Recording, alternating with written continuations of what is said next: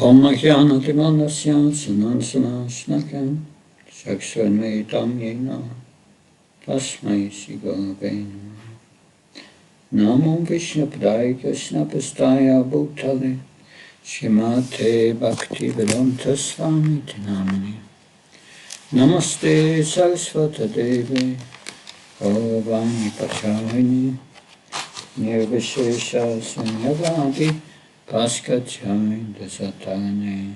Mantra 13. Anya evaho sambhavat anyatao asambhavat iti susumadiranam yenastat vichasakshire. Anyat, different, eva, certainly, ahu, it is said, sambhavat, by worshipping the Supreme Lord, the cause of all causes. Anyat, different, ahu, it is said, asambhavat, by worshipping what is not supreme. Iti, thus, susruma, I heard, dhiranam, from the undisturbed authorities, ye, who, na, unto us, tat, about that subject matter. Vishakshire, perfectly explained. Translation by A.C. Bhaktivedanta Swami Srila Prabhupada Ki. It is said that one result is obtained by worshipping the supreme cause of all causes, and that another result is obtained by worshipping what is not supreme. All this is heard from undisturbed authorities who clearly explained it. Om Jnanatimanasya Chanjanasnakam Saksvanvitamina Tasmai Sigurave Namaha. So we are at Mantra 13. Mantra 13 is the second mantra. The second mantra in of 3 mantras, which discusses Sambhavat and Asambhavat. Worshipping what is supreme, it gives one result, and worshipping what's not supreme gives another result. So we have here on the screen an overview of the purport that and we will go to it systematically. The first is the Dhira exposes folly, the folly of all paths lead to the same goal. The question is, do all paths lead to the same goal? We can refute this logically. Trains in different directions, go they to the same destination? How can all paths lead to the same goal? The question is not whether the Absolute is limited or unlimited, but whether one has to follow a particular path to reach the Absolute Truth, or can choose whatever path. So one needs to evolve one's consciousness in a particular way so that one can go to the Absolute Truth. So Srila Prabhupada, if whatever we can do bring us back to Godhead, then why has Lord Krishna spoken Bhagavad Gita? Krishna says in Bhagavad Gita 1858, we quote that verse last time also. Chita sarvadurghani mat prashatarishasi asati tvam ahankaram nashashasi vinakshati. If you become conscious of me, you will pass over all the obstacles of the conditioned life by my grace. If however you do not walk in such consciousness, but act through false ego, not hearing me, you will be lost. So Krishna gives two parts and two consequences.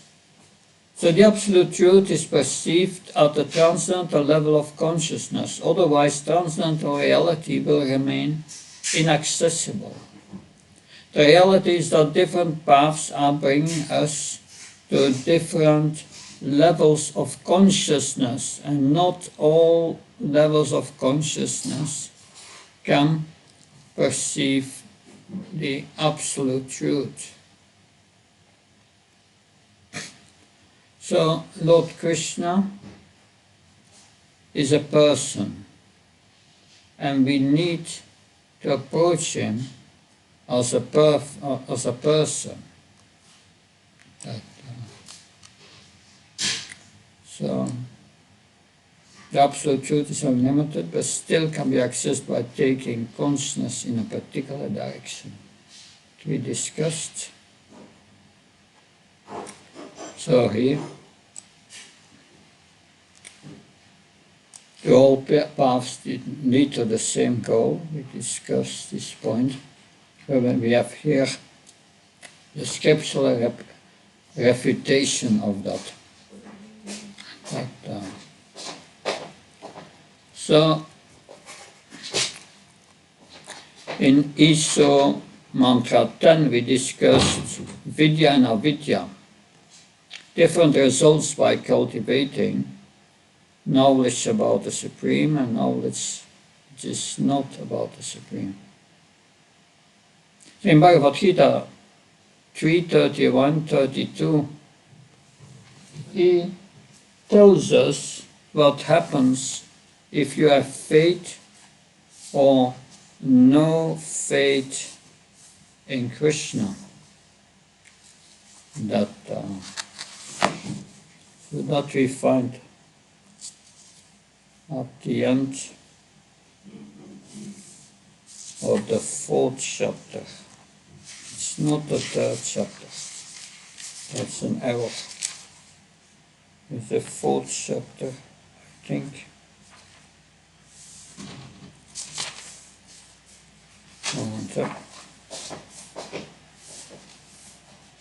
Of course, yeah, 4:39:40.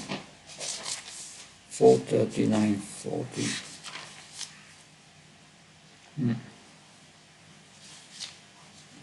4:39. Shadavallabhate jnanam tatpara samyatendriyam jnanam lapva param samtim ashrenadi.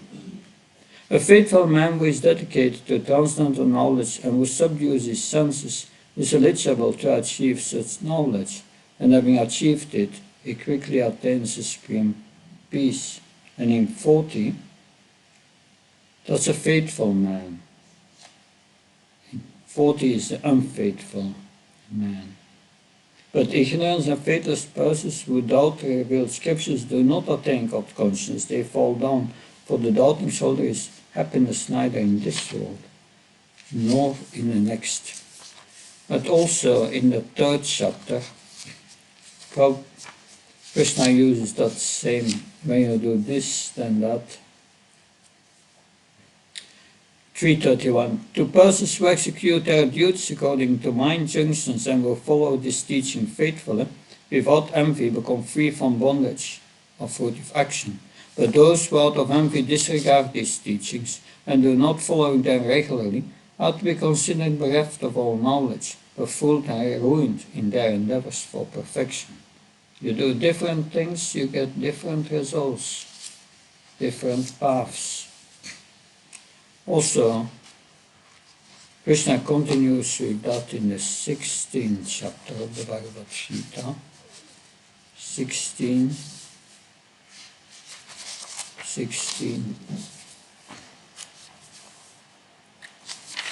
23, 24. Ja Shastra vidimuchyate vartate kamakarta nasitim nasas siddhim avapnoti nasukamna paramgatim. He who discards these scriptural injunctions and acts according to his own whims attains neither perfection nor happiness nor the supreme destination. Then the next verse, Tashma Shastra Pramanam Te Karyakara Vyafastita Jnanam Shastra Vidanuktam Karma Kartam Vidarasi.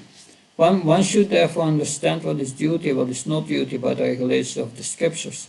Knowing such rules and regulations, one should act so that he may surely be elevated. So, first negative, then positive about following Shastra.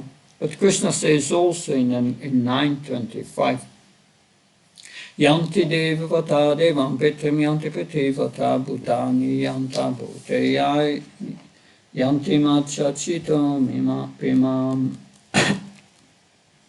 When who worships the devatas goes to the devatas. Those in the mode of passion worship the ancestors and they go to the ancestors. Those in the mode of ignorance worshipping the Buddhas go to the Buddhas. And those who worship me, they come to me. In one verse, Lord Krishna gives 4 different trajectories. What can be more ambiguous or clear? What can be more unambiguous or clear? Different paths lead to different goals. Not all paths lead to the same goal.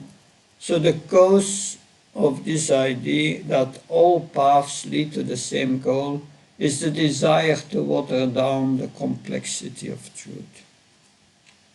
That's yeah. So that leads to misunderstanding. We cannot make things artificially simplistic. Krishna says in Bhagavata Yeyatama Pavachate Tamste Vajamya Mama Vartmana Vartnante Manusha Partha Sarvasam. As all surrender unto me, I reward them accordingly. Everyone follows my path in all respects, O Pritha. So this verse says that all people are on my path, but not that all paths are leading to the same goal. That's a different thing. The principle explained in this verse is that Lord Krishna is reciprocal. If someone surrenders to him, he reciprocates, and the Mayavadis emphasize the second part of the verse. Mam Vartmana Vartante. This, however, emphasizes that all people are on my path. Mama Vartmana. Lord Krishna does not say that people following all different paths come to me. What does it mean if we say that all people are on my path? Different peoples are attracted to different things. Attraction to Krishna leads to Krishna. Attraction to alcohol brings one away from Krishna. Alcohol is a spark of Krishna. Bhagavad Gita 10:42. Krishna says, with a fragment of myself, I pervade the universe. We should not become attracted to the spark, but to Krishna. So, we have here. Now, there are 3 types of path here describes. First is exclusive. My way is the only right way. So some paths claim that they have exclusively rights to God. You can only go back to God if you follow our path and no other path. If God is great, then why should God be restricted to one path? The Judeo-Christianity inspired religion are based on such narrow-mindedness. This idea that ours is the only way to God. As a reaction to that, people go to the other extreme, and that is pluralism. All paths are right. Now there are many cultures in most Western countries. Before it was mainly Christianity, now it has become multicultural. The idea that only one path is right is culturally alienating and a cause of conflict. So to avoid conflicts, they say your path is right and my path is right. There are as many religions as there are human beings. This is quite an appealing broad-mindedness. If all paths are right, then also atheism is right. Logically, All paths are right will not work. If one is in a diseased condition, then there are different kinds of treatment that one can try out. But some of the treatments will not work, but will aggravate the disease and are not healthy. The objective criteria is whether the treatment improves the health of the patient, and that remains crucial. So there is the objective criteria whether the person develops love for God. A priest came to Prabhupada and said, "These are our boys, and now they are mad of love for God." Of course, then there is inclusive. There is one way with various levels on it. So there is one path, but people are going up and down. Srila Prabhupada said, "Our goal is not to convert from one religion to another, but from materialism to spiritualism, to spirituality. That's the goal. The path that let that happen, that path we accept. This criteria is important. If that is not considered, they confuse sickness with health. On the social, from the social, cultural point of view, there are many paths.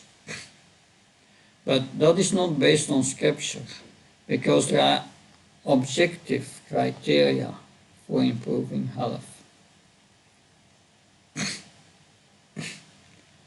So, Srila Prabhupada was in America, and there was a program which was broadcasted all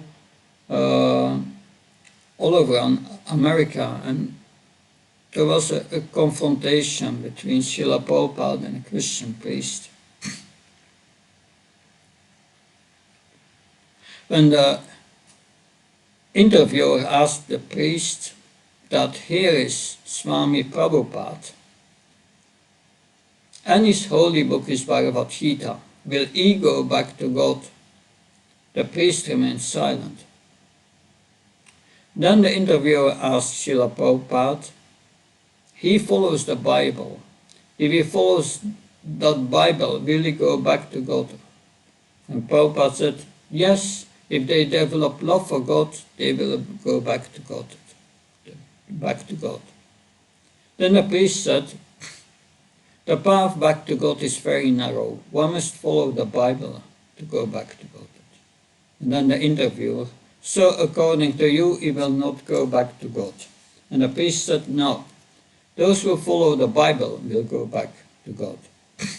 So this is narrow-mindedness of people. The criteria are developing love for God. The criteria are developing love for God. It is not an affiliation with an institution that brings us back to God. The path that helps one to develop love for God is a bona fide path. Other paths are not. With this understanding, we can strive for communal harmony. If impersonalists are not criticizing and offending the Lord, then they also make advancement in spiritual life. These are the Brahmavadis, but the Mayavadi theory is detrimental to everyone. The impersonalist idea, we need to see the consequences of everyone. We need the concept of a personal God to make spiritual advancement. Our philosophical differences should not affect our behavior so that it is unproductive for outreach. Prahlad Maharaj prays to Lord Nrsimhadev and expresses how he feels compassion for all fools and rascals who are attracted by Maya. There are a minority of convinced Mayavadis who misuse scripture to prove that they are right. However, there are many who are not so convinced, but are influenced by Mayavadi philosophy. Strong people it's not that we drive people away from Krishna. It's not that we are driving people away from Krishna. If someone asks you, what do you think about this person, then ask what is his philosophy. We need to build a bridge and give them faith in Krishna, else they can cross the bridge. If we speak insensitive, then we break the bridge. Most people are under Mayavadi influence, but they are not Mayavadis. So now the second part, let's speak. We will come to that later. So people do not accept Krishna as Sambhavat, and they say that people are my God. Srila Prabhupada made a point, Mother Harshita, that is it possible to ask questions at the end?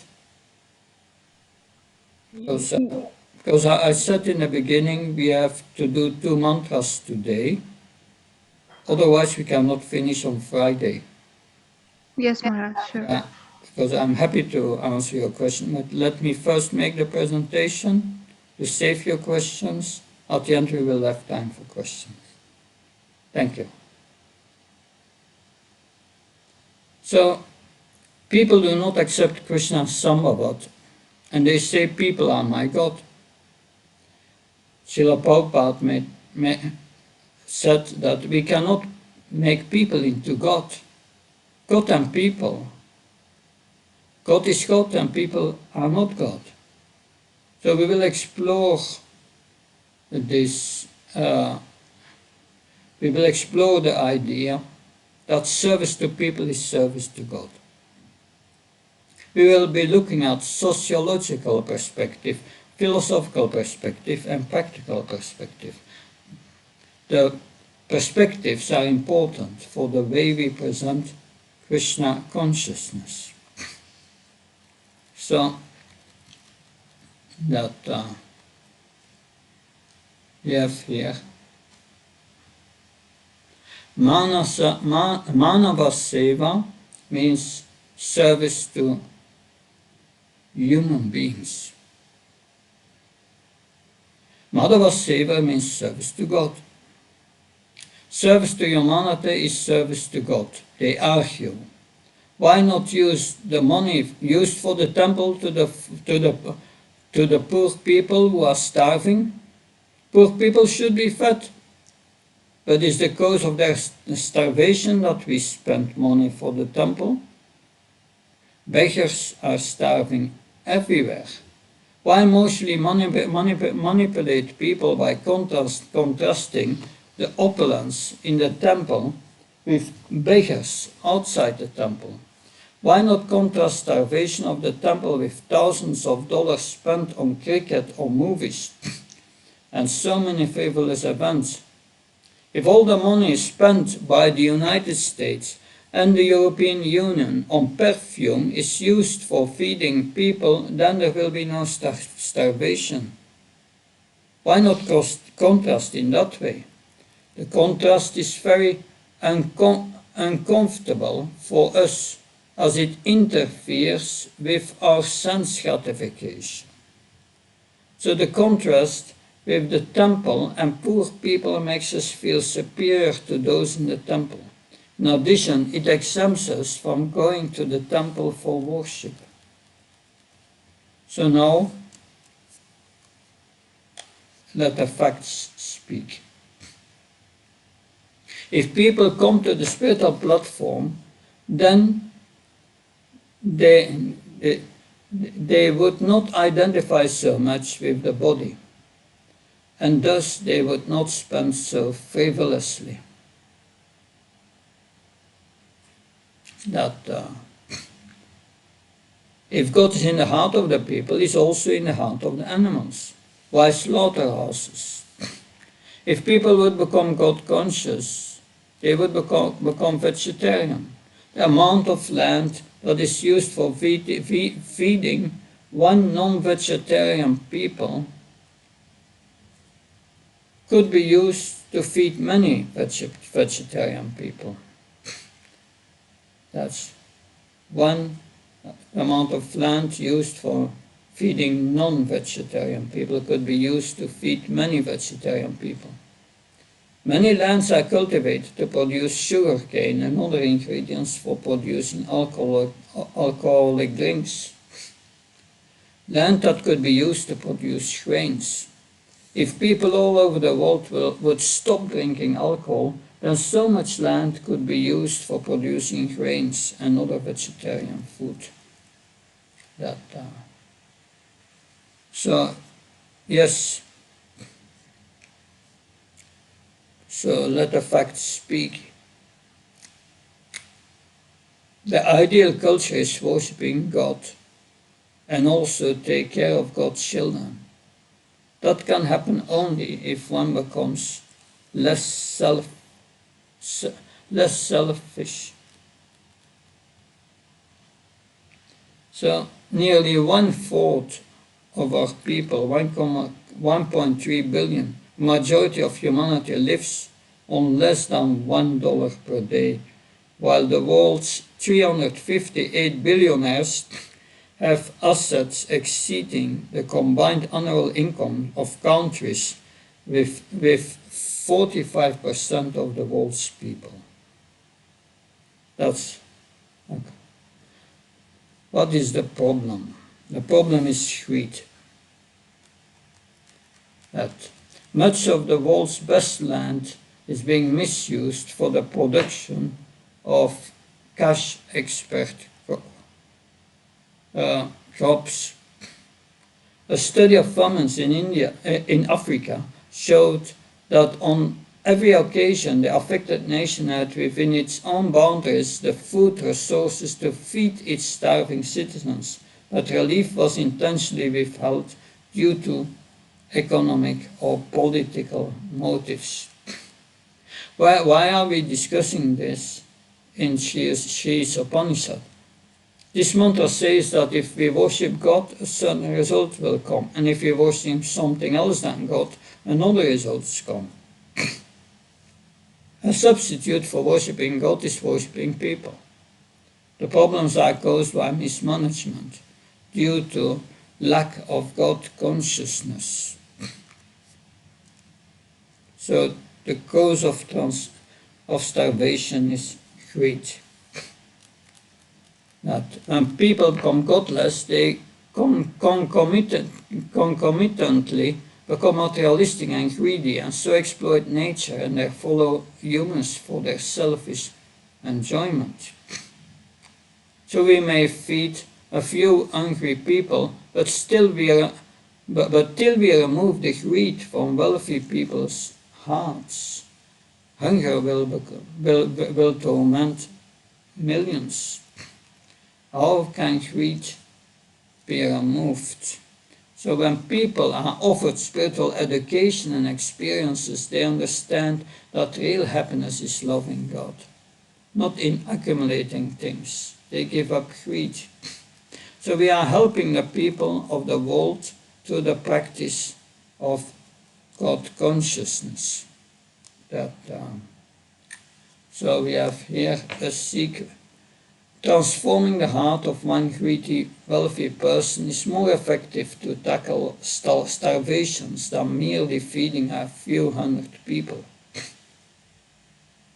When Mother Teresa was asked, "What is the secret of compassion?" she pointed to her rosary beads and said, "By praying, I feel love for God and all his children and want to help them as much as I can." Yes. So, yes. A true spiritualist sees God in every living being. Not everyone is God, but is a part and parcel of God. We are helping to remove the greed from the hearts of people. The cause of starvation is that there are greedy people. How do we remove greed from their hearts? By offering them a spiritual experience. We need to find a way to change people internally. By following the Krishna consciousness process of self-transformation, people can easily give up bad habits. But are good intentions enough? If you give money to a beggar, do you know what he will do with it? They will misuse the money. If you offer free treatment to an alcoholic, do you know what he will do after he's cured? The road to hell is often paved with good intentions. Srila Prabhupada said it's like giving oily food to a typhoid patient. Merely intentions are not good enough. We need also a process to transform the greedy. We should not make people equal to God. Social service itself will not solve the problem. Srila Prabhupada transformed hippies into devotees. The transformation was done through social service. If we use social service, then we need to do it with an attitude of yukta vairagya. Social service with yukta vairagya. Because we attract people to Krishna through it. Material welfare is not unimportant. Prithu Maharaj took care of all the citizens materially. Primarily, Kshatriya responsibility is to provide material welfare. A Brahman's responsibility is to provide spiritual welfare. Srila Prabhupada, yes.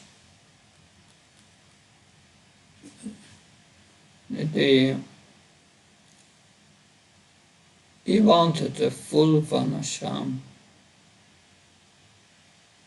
But attract people to Krishna through prasadam distribution. People think we are good people. Prithu Maharaj, people were suffering because of shortage of food and natural resources. He took care of the people's materially also.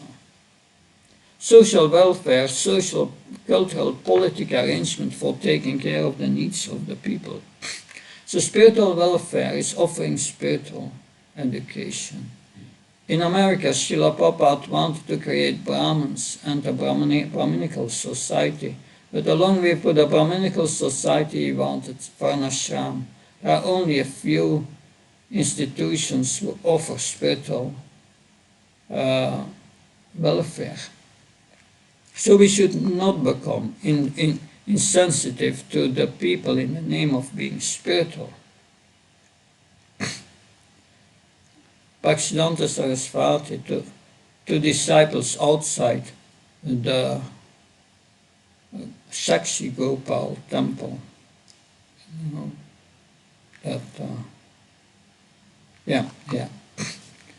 If married men think, I must not give any of my money, which I consider reserved for Krishna, to the poor and deprived, then they are really showing symptoms of wretchedness, cruelty, and lack of compassion for others. They should not consider that giving charity to the poor is a fruitive activity. This kind of mentality will make their hearts hard, and they will suffer from greed. And he said, as a result, they shall not want to spend their money even on the devotional service of the Supreme Lord. What is the ultimate goal? Which is the ultimate goal of life?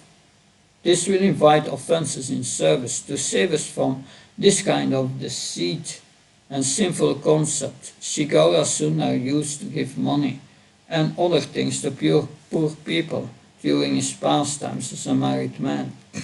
So if we can't give affection to those, if we can't give affection to those who are around us, how can we give affection to God, who is beyond our ability? So charity is an implicit religious principle. The money we have only gotten by Krishna's grace. And if we give some of it to the mendicant, poor people, then that is not a waste of money. Rather, it is a correct use. Serving prasadam to others is the necessary duty of every married Vaishnava. So, then Bhaktivedanta Saraswati Maharaj's two disciples.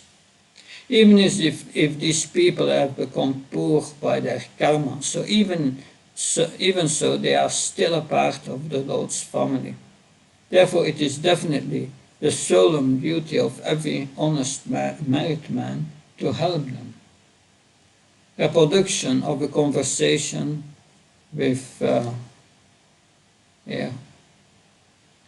have a reproduction of a conversation with Major Rana N.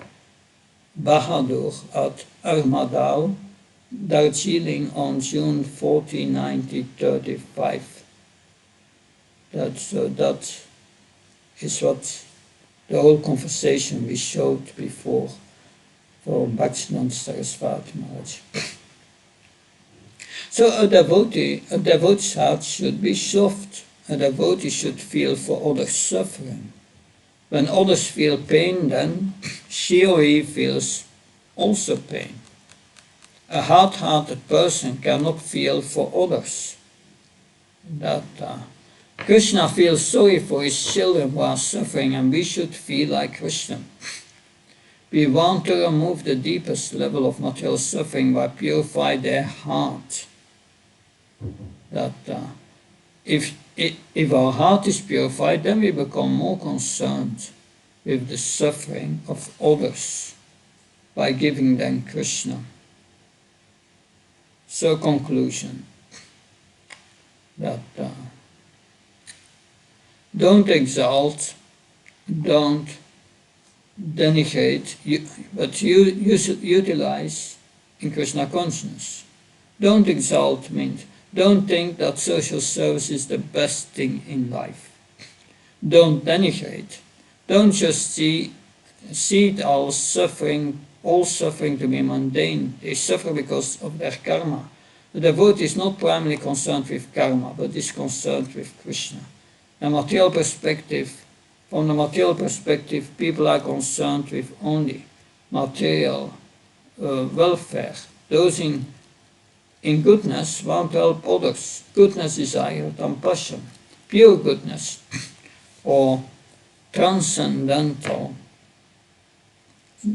or transcendence is the platform where we feel compassion for others constantly. You take care of the complete person. So devotional activities are the highest. Social work is better than material work. But if social work creates a wrong attitude towards God, then that is a problem. Some social workers are blaspheming God. God sends disasters and we are sending relief. That's a very demonic expression. Because of their negative attitude toward devotional service, they are lower. Because they mislead other people, they become less receptive towards devotional service. If persons who are doing charity and who are not averse to religion, then they do some good to others to a certain extent. So only Gopal, only Krishna can purify the greedy. Lord Krishna protects the senses when they are used in his service and gives us higher happiness. That protects us against the greedy attitude. So the best Manava Seva is to connect Manava to Madhava. Usually, can anyone hear? I cannot hear anything. Are you not hearing me? Is someone else? It's clear, Maharaj. It's It's clear. clear, yes. Okay, good. Conclusion about social services. The best Manava Seva is to connect Manava to Madhava and to make Madhava accessible to Manava.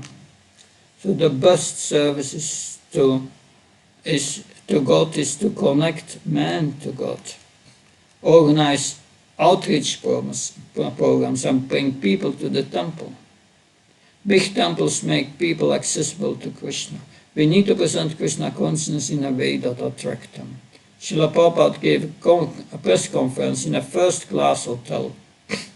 A journalist asked that, "You are a renunciant. How is it that you give a press conference in a Luxor hotel?" Srila Prabhupada said, I can live under a tree, but if I would have invited you to come to my tree, would you have come? Question mark. So that this is mantra 13, and now we will look at mantra 14. We will first see Rishabh Mitra probably. Dhanapana Maharaj. Am I clear? Voice is clear? Yeah, but I would like to present mantra 14 now, and then take questions. Okay, sure. Because if we don't finish these two mantras, then we will not finish on Friday. That's a problem. Okay, no issues. The next mantra is quite short, in half an hour, and then we have still nearly an hour for questions. If you keep it. Okay. Okay. Sure, man. Thank you. Okay. Here we have now. This is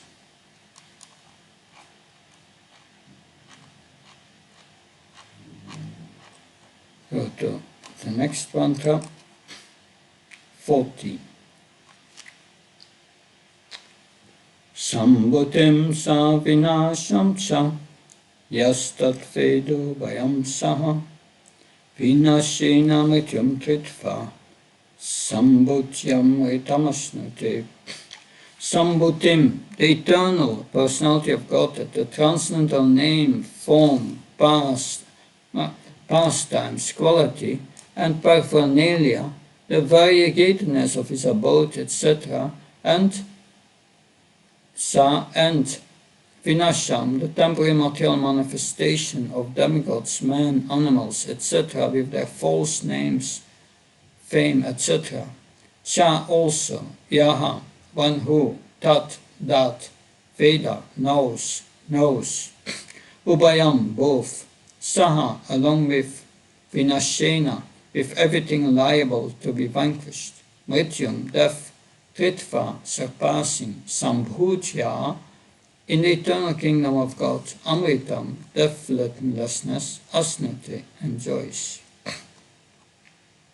So, translation. One should know perfectly the personality of God, that Sri Krishna, and his transcendental name, form, qualities, and pastimes, as well as the temporary material creation with its temporary demigods, men and animals. When one knows these, he surpasses death and the ephemeral cosmic manifestation with it. And in the eternal kingdom of God, he enjoys his eternal life of bliss and knowledge. So now we will bring the slides on the screen.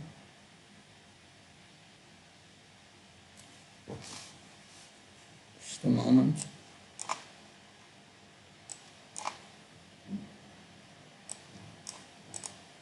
Just a moment, I have a problem here.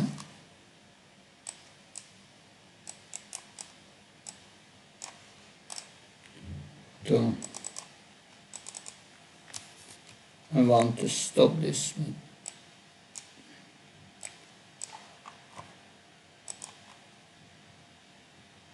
I don't get, okay, now, finally, after so many trials, mantra 14. It's not appearing. Bring mantra 14, the PowerPoint here, 14, now it should go.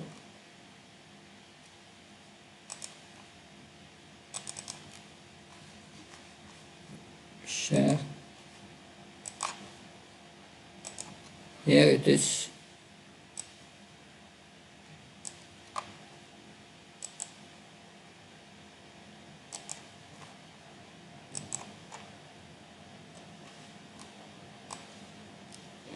So this is the overview.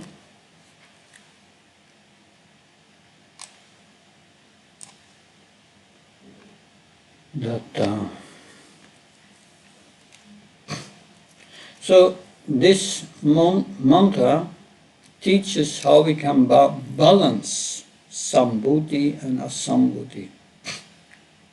Asambhuti refers to what is used in the service of Krishna in this material world.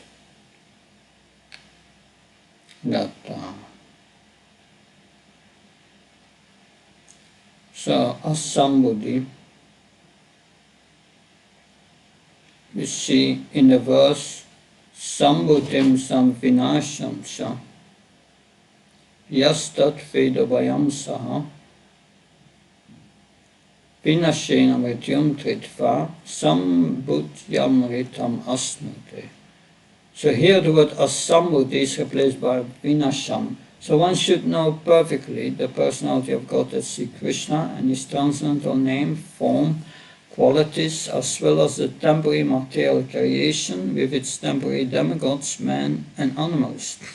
When one knows this, he surpasses death and the ephemeral cosmic manifestation with it, and in the eternal kingdom of God, he enjoys his eternal life of bliss and knowledge. So we have here on the screen the overview that of Prabhupada's purports, which we will discuss one by one.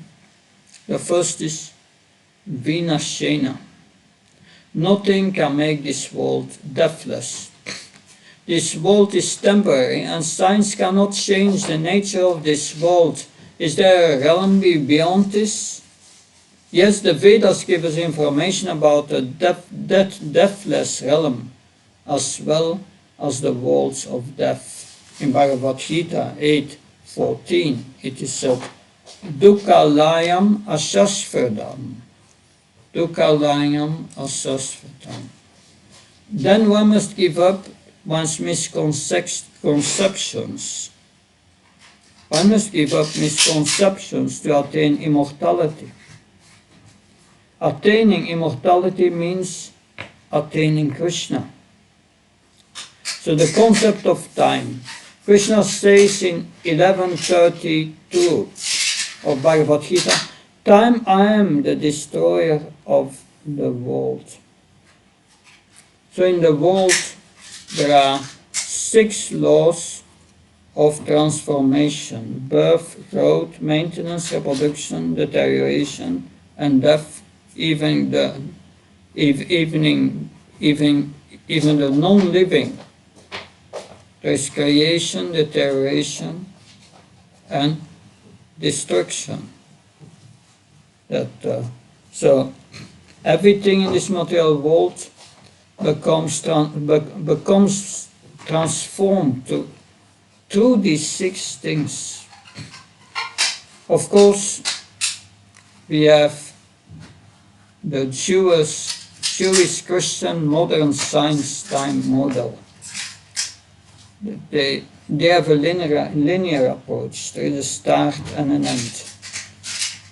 There is the creation of the universe, the appearance of unicellular organism, evolution of the human being, the evolution of life, and destruction of the universe. That's their idea. But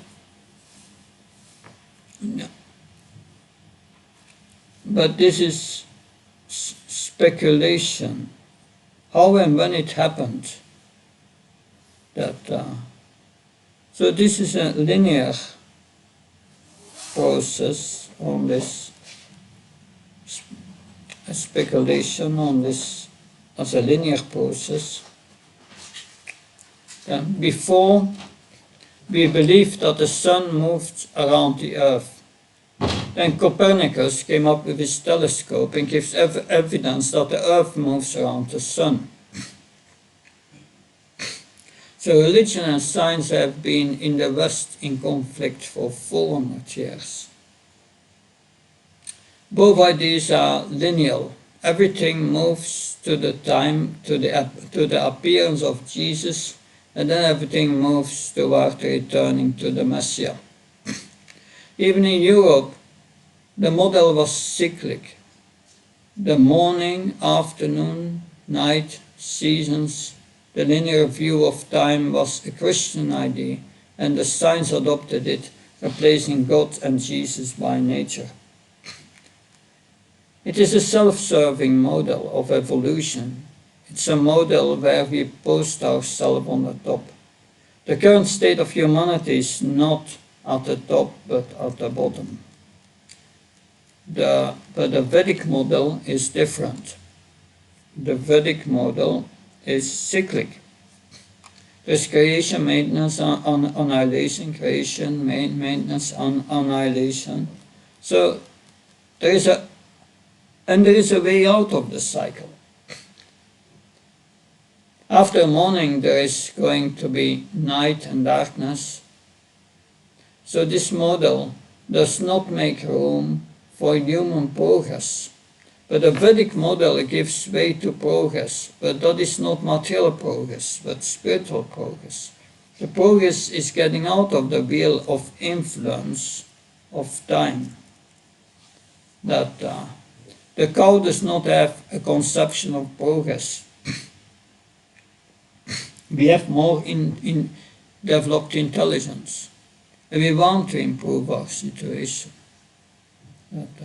So the last 5 centuries have seen scientific progress at a feverish pace. That cannot be denied. The human intelligence has been used just to go around in the wheel of time and not get out of it. We have stressed people psychologically. We have regressed. It has created an imbalance. So progress at the spiritual level means increasing our understanding philosophically about the spiritual reality. Do whatever is required for the maintenance of the body and try to understand the spiritual reality. So we have here in the next the life of Brahma. That here we have the calculations. Life of Brahma is 311.04 trillion years. That a kalpa, a day of Brahma, is 4.32 billion years. A manvantara is 306.72 million years. And Divya Yuga is 4.32 years. Satya Yuga is 1.7 million years. Treta Yuga is 1.2 million years. Dwapara Yuga is 864,000 years. Kali Yuga is 432,000 years. So at the beginning and end of each yuga, there are sandhyas equal to 1/12 of the time of the yuga, which is in Kali Yuga. Kali Yuga is 432,000 years. Dus Kali Yuga plus the Sandhya, that plus, yeah, it's at the end of each, dus Kali Yuga has 2 Sandhyas in the beginning of the end. There's 36,000 plus 360,000 plus 360, and 36,000. It's in total 432,000 years. At the end of each manvantar, there is another Sandhya, a Sandhya Kal, when a great flood wipes out most of life on the earth. At the end of the Kala, Naiminika,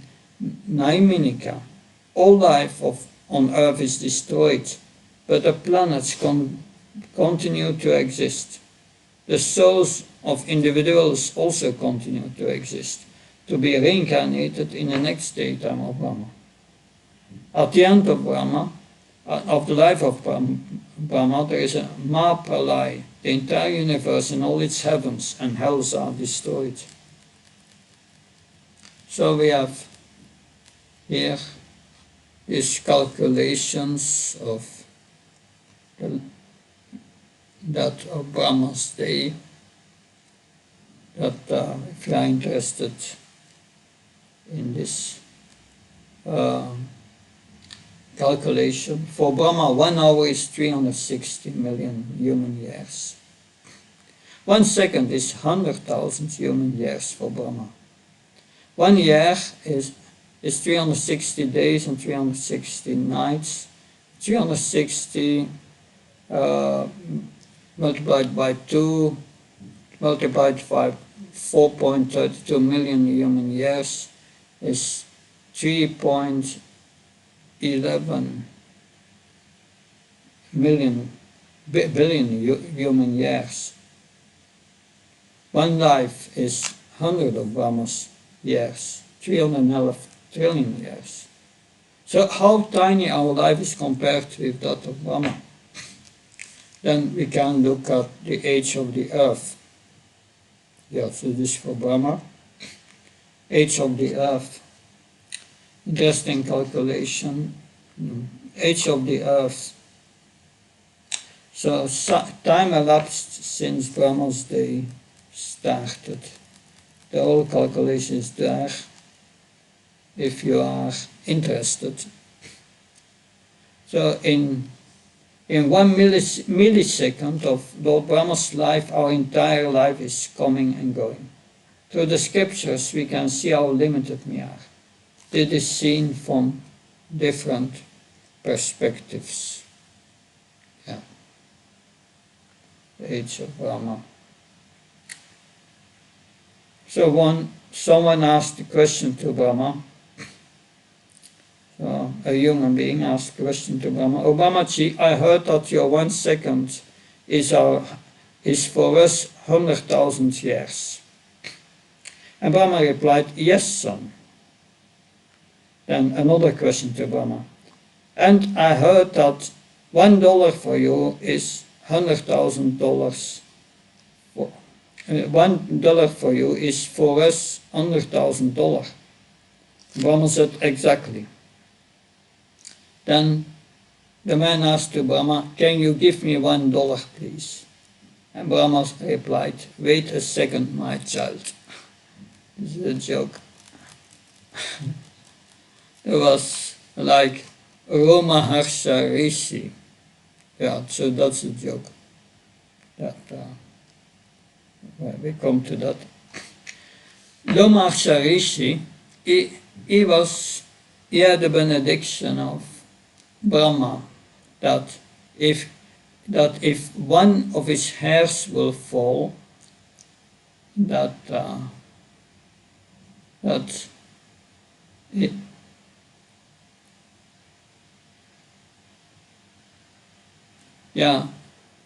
would live as much as hair there was on his body. For each hair, he would live a day of Brahma. It was about benediction he got that time. So Loma Harsharishi had a lot of hair on his body. And he was chanting at the Ganga, and the disciple wanted to build a hut for him. He said, but then Loma Harsharishi said, what's the use? I will die so soon. He also feels that his life is temporary, and he wants to use his life for self-realization. So life takes off, and we understand how soon life will take us off. We are in a particular body, but we are here not very long. Everything in this world is temporary. We cannot change the nature of the world. An example, if one goes from Mumbai to Pune by car, it takes 2.5 hours. If you only get a part of the journey, then you have to leave the car and get another car. So, the question is, how does a devotee transcend death? That's the last question.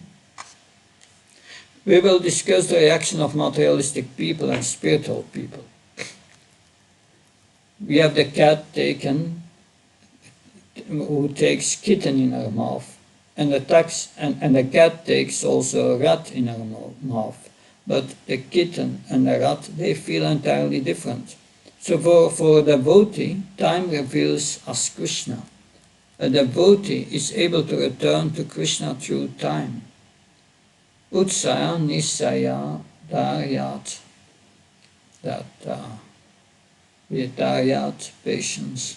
How can we leave the trauma of death behind us by God consciousness? A scorpion bite is fearful. Everyone will have to face the trauma of death. We are suffering when the body deteriorates because we are attached to the body.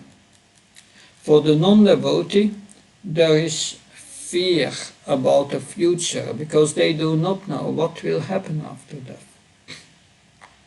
There is suffering because of past attachment. A devotee gives up all material attachment and tries to become attached to Krishna. The devotees have no much to lose from the past. The devotee leaves the body that caused him so much troubles. He leaves the body behind. All the material attachment of the devotees are spiritualized. The pain not present. When the devotee breaks down, the devotee takes treatment. For the devotee, the suffering of the body is not suffering, but only an inconvenience. In a sense that a fracture of a hand is no different from the damaged car. This body is like a machine. Yantra Rodai Maya, Bhagavad Gita 1861. When the car is damaged, then it needs to be repaired. There is no emotional involvement. There is only a physical inconvenience. We cannot avoid problems in this world. A person has a car and gets an accident. And the person screams, "I'm beating that person." But the car has only a few scratches. But because of attachment, it becomes a whole problem. For the devotee, if the car is completely crushed, then there is attachment to give up the body. As I become detached from the body, then my emotional involvement diminishes. A devotee is absorbed in thoughts of the Lord, therefore suffering for the body is much less inconvenient for a devotee than for a materialist. A devotee has no fear about the future because he looks forward to meet Krishna. For a materialistic person, nothing is known about the future. It is very fearful. A devotee prays to take him out of the samsara. Sridhar Maharaj had severe liver problems. He was renounced, but was very cheerful. Many of the Indian life members had the idea that the Swami was very grave, but they experienced him to be very joyful and called him the Jolly Swami. His whole body collapsed. I was there in Mayapur when Sridhar Swami flew from Canada to Calcutta, and then they brought him with an ambulance to Mayapur, and all the devotees were waiting for him. Thousands of devotees were waiting for him. And that he was fearless. He went to Mayapur with a one-way ticket. Sridhar Maharaj said to Inadyumni Swami, "Yes, Krishna has given me a one-way ticket back to Godhead." So in the plane, the pain became unbearable. Yet he started to preach to the air hostess that this world is Dukhalayana Shasvatam. Get out of this world, go back to Godhead.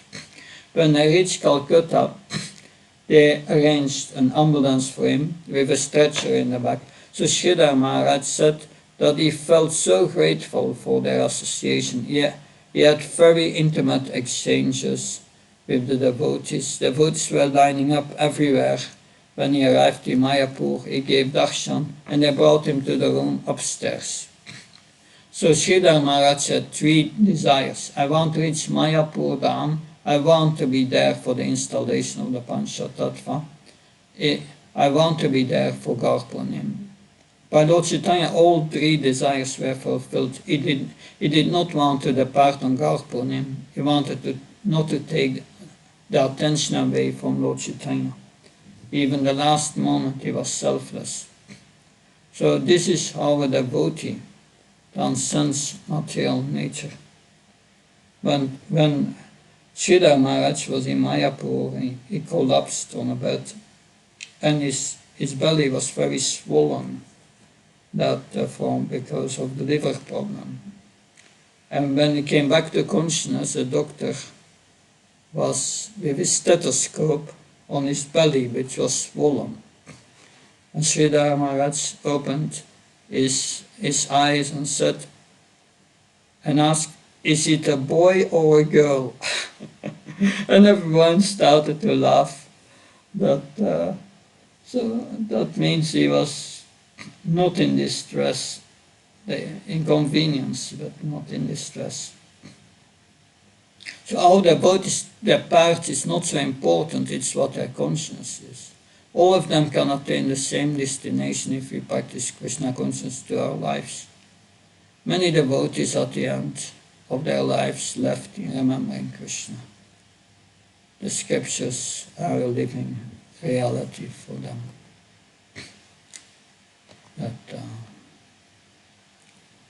So we have at the end of mantra 14, and I'm looking forward to hear now your questions.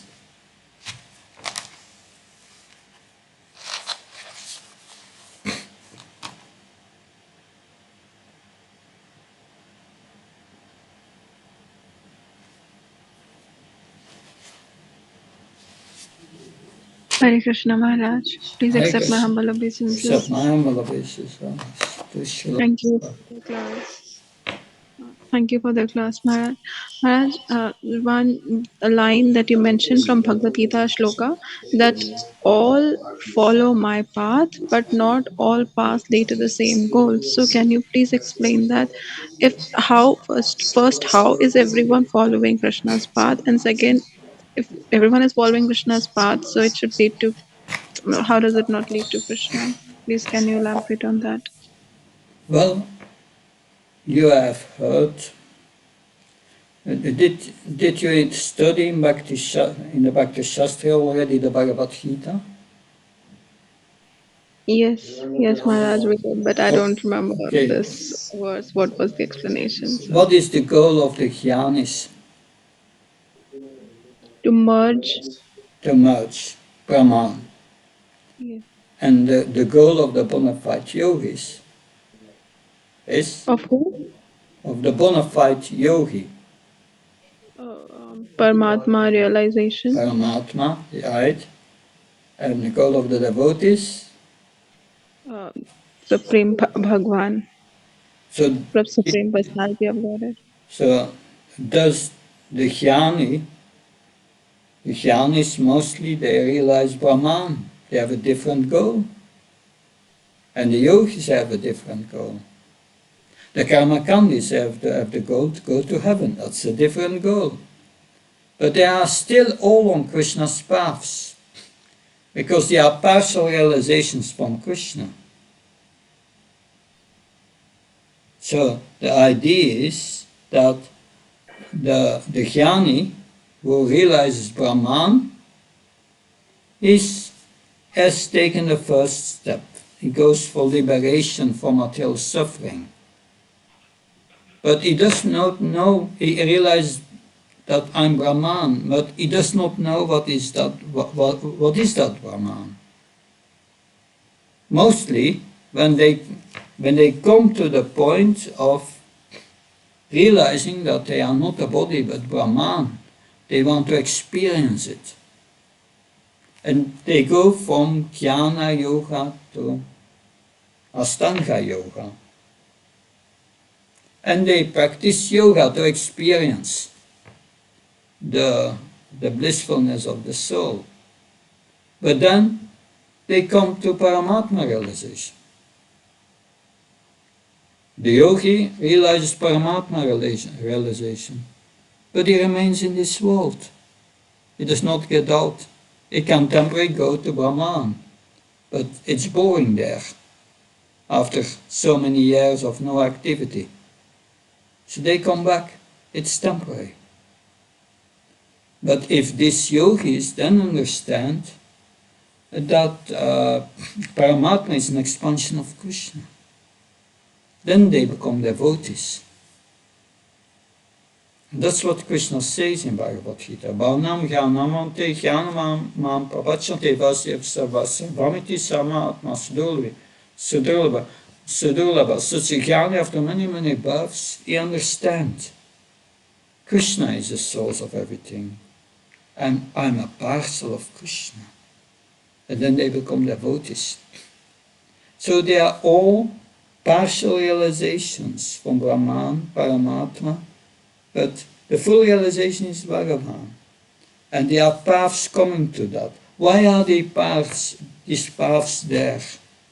Because Krishna wants to make that everyone makes spiritual advancement, and these jnanis do not accept Krishna.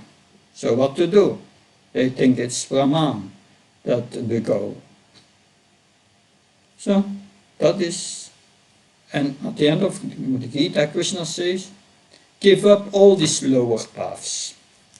Not needed to go to that gradual path of becoming a jnani, and then a yogi, and then a devotee. Become immediately a devotee. That's a direct path. So that is what Bhagavad Gita says. Does that clarify? Yes, Maharaj. And Maharaj, how can we understand that the karmis, the fruitive workers, they are also following Krishna's path? They are also following Krishna's path because by the karma kandis, they are coming to goodness, the mode of goodness, elevation to heavenly planets they want. They come to goodness. If you come to goodness, then what happens? Ping. You start to think after even all this enjoyment. I'm going up to the whole heavenly planets. I'm coming back, up and back, up and back. Why have to go up and back? And why am I suffering? So they come to goodness. They start to ask this question. And then the question comes, who am I? I'm not this body. And then they become jnanis. So it's not a spiritual path, but it makes them pious. And when they become pious, they get entrance to the spiritual path. It's okay? Yes, Maharaj. So following my path means following the different paths that Krishna himself has given in the Vedas for different types of people. Yeah, different people have different paths. But it are all subparts. It's all preliminary to come to devotional service. The purpose is to love Krishna. The purpose is devotional service. And they are gradual paths leading from one stair to another stair, to another stair, to another stair. Many, many lifetimes. That's a long path. But Krishna said, don't take the stairs. Take the lift of Bhakti Yoga. The direct path, not the indirect, through all these intermediate goals. Don't take the intermediate goals. Go immediately to the highest goal. Develop love for Krishna and go back to the spiritual world. It's good? Thank you, Maharaj. And Maharaj, you mentioned that many people are influenced by the Mayavadi conception, but they are not Mayavadis. Can you please elaborate on that? Yeah, we are all more or less influenced by that conception. Because we don't see things connected with Krishna. Everything, Krishna says, Maya Dakshina Prakriti, everything is controlled by him. But we think we are the cause of everything. Like, I give you one example, that people think mostly, if I'm not working, then I'm not going to get food. It depends on me to get food. That they think this is the law of nature, and I have to work and I will get food. But when this is in the Chaitanya Charitamrita, Narada Muni, he met this hunter, Mrigadhara the hunter, and he found in the forest so many animals, half dead.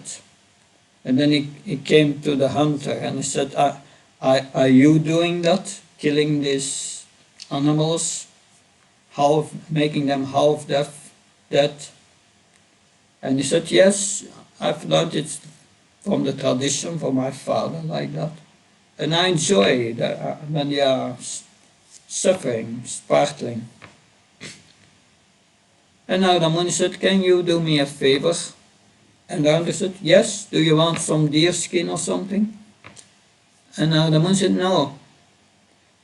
Can you kill these animals completely instead of letting them suffering? And Narada Muni gave him a vision of the karma, but how he would suffer in the future from that. And the hunter came to his senses. And he said, yes, what can I do to avoid that? And Narada Muni said, you break your bow. And Mrigadhara the hunter said, breaking my bow, how am I going to live? That's my livelihood. By my work I get food. And Narada Muni said, no, Krishna will take care of your food. In the Prabhupada, Srila Prabhupada explains, people think that they get food and that depends on their work. But that's not true. Krishna maintains all people. And you get the reactions of your karma. Krishna maintains. So we filter out everywhere God in our lives. Although God is in control of everything at every moment. If I move my hand, 14, Krishna says there are five factors of action. Right? There is the adhisthana, the body. There is the karta, the doer. We are the doer as the soul. The soul desires. But then you have the endeavors in the mind. The mind is subtle material energy. And you have the senses. So these are all, the body, the senses, the mind, they are all controlled by the super soul, not by us. But we are desire. I desire to move my hand, and Krishna moves my hand. But I don't see the Krishna factor. I see I move my hand, not Krishna. But Krishna, he, as a super soul, controls material nature. He moves the hand because you desire. So that's quite impersonal towards Krishna. So we must see, if we don't see Krishna in our lives, and Krishna is everywhere, and we don't see him, that's impersonal.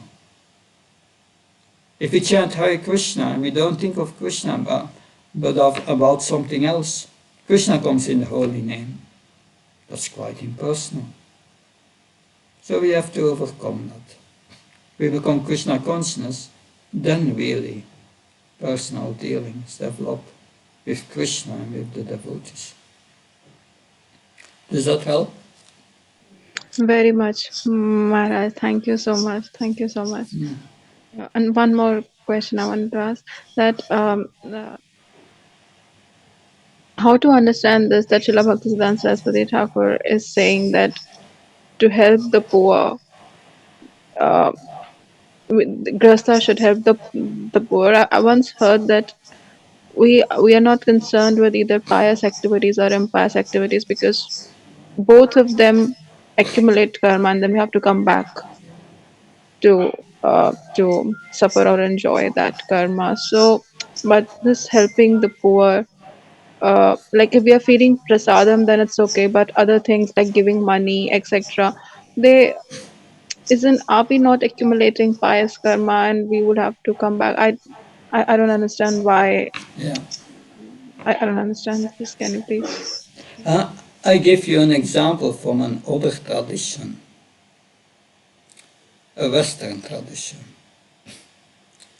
About 35 years ago, I was working as a head of administration in a hospital department, geriatric department. Very old people were there, old people. And that hospital was owned by and run by a Christian tradition. There were nuns of the Benedict order, followers of Saint Franciscus from Assisi and so on. They were anyway. And one of these nuns was a nurse in the hospital, and I asked her, "How do you see your service to the people?" And she said to me, "I see Jesus Christ in the heart of everyone, and my service is serving Jesus Christ." So we can see Krishna in the heart of everyone and serve Krishna. Krishna is in the heart of everyone. And as a Grihastha, that it is the duty to feed everyone, to take care of everyone. So you do your service for Krishna in the heart of the person, not directly to the person. Krishna is in the heart. So Krishna is in the heart means when the person suffers, the super soul also suffers. That Krishna says that in Bhagavad Gita. That he says that also in the modes of nature there are austerities in the mode of ignorance. The demon is suffering, but the super soul also. So in that way, it's a duty of a Grihastha to take care of others, especially charity. And that's the point. Because a devotee came to Prabhupada and said to Prabhupada, "I'm just married, so please tell me, what is my duty as a Grihastha? What's my relationship with my wife? How do I see the relationship with my wife?" He was just married. And Prabhupada replied, "You ask your wife to cook. After she has cooked, you offer it to Gaur Nitai, and then you do Arti.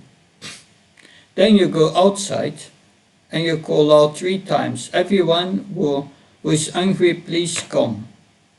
And you feed them prasad. And after they have eaten, you can take prasad." And the devotees to Prabhupada, but Prabhupada, that I think you have misunderstood. I'm asking what is the relationship with my wife? Prabhupada said, you ask your wife to cook. After she has cooked, you offer it to Gaur Nitai, you do Arti, then you go outside. You call 3 times, "Everyone who is hungry, please come." And you feed them. And then your wife and you can take prasad. But Prabhupada, I'm speaking about the relationship of my wife.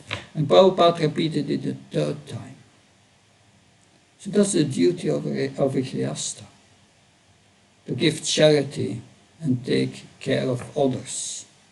That. So you do your duty in Krishna consciousness. You give to the poor, but see Krishna in their heart. And Bhaktivedanta Saraswati Maharaj is especially speaking about poor people in a holy place. So that is one aspect. It points also to the relationship with husband and wife. What is their relationship? They support each other in Krishna consciousness.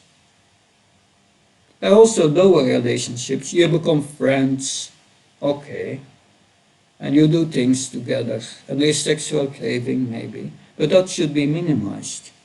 And that cooperating together in Krishna consciousness, that is the factual relationship. Does that help to understand this a bit more? Thank you so much, Maharaj. It was very helpful. Thank you so much. Yeah. Hare Krishna. Someone else ask questions, please.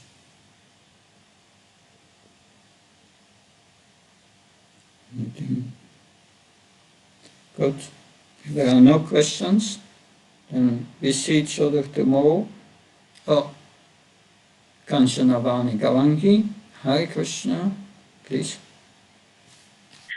Hare Krishna Maharaj, please accept my humble obeisances. Maharaj, in the purport of mantra 14, here comes one point that all the material planets, upper, lower, and intermediate, including the sun, moon, and Venus, are scattered throughout the universe. So this sun, moon, and Venus, why this specifically Venus is mentioned? I mean, among all the In planets. which paragraph is that mentioned? It's mantra 14, you said, huh? Yes, Maharaj, it's one. It's in the beginning or the end?